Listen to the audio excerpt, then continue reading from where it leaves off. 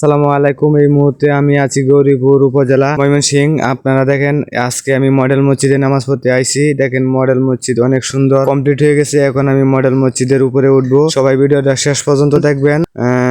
এখন আমি উপরে উঠতেছি। সবাই কেমন আছেন জানি না, আমি আলহামদুলিল্লাহ আপনাদের দোয়া ভালো আছি। আমার সাথে অনেক মানুষগুলাই উঠতেছে। দেখেন আজকে জানি না ভিতরে জায়গা পাই কিনা, অনেক মানুষ ভিতরে জায়গা পাইলাম না, এই কারণে আমি বাহিরে বসে গেলাম। এখন ভিতরে ঢুকলাম, অন্য সাইডে ঢুকিয়ে দেখলাম অনেক খাটগুলো আছে। তারপরে আমি উজুখানায় ঢুকলাম। উজুখানায় অনেক সুন্দর হয়েছে। আবার সাইডে উজুখানার সাইডে আছে বাথরুমখানা।